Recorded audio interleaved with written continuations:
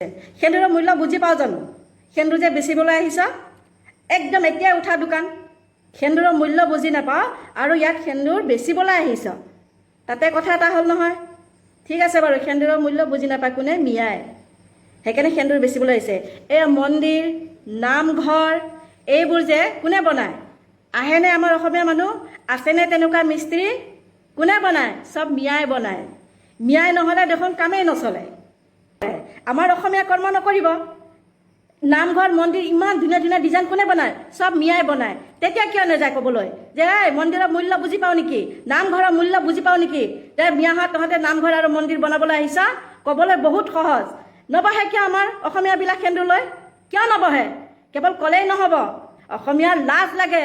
অম্বুবাচী মেলাত কিয় সেন্দুৰ লৈ বহিম, কিয় মালা লৈ বহিম? আমাক অসমীয়া লাজ দিব নহয়, হাঁহিব নহয় ওচৰ চুবুৰীয়া মানুহে। ক'বলৈ বহুত সহজ। কৰ্ম কৰিছে মিয়াই, কৰিবলৈ দিয়ক, পেটৰ কাৰণে কৰি আছে, লুটি খাবলৈ নহয়।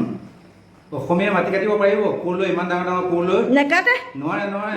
পুখুৰীত মাছ ধৰিব পাৰিব, মাছ বেচিব পাৰিব। ফুচনি যে ধৰা খপা ফুচফুচনি সাৰ, সেই ফুচফুচাইহে আছে, একো কৰিব নোৱাৰে। তহঁতে উস্তাদি কৰি পেলাই বক্তৃতা দিছ, ভাষণ দিছ, উল্টা পুল্টা কথা কৈছ, মিয়াক বদনাম কৰিছ, কৰি থাক, সেইটো তহঁতৰ মনৰ কথা। কিন্তু আচলতে কি কৰিব লাগে গম পাইছনে?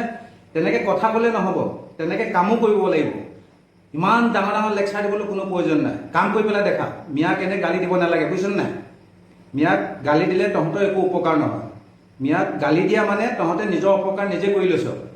সেইকাৰণে মিয়াক উৎসাহ দিছ।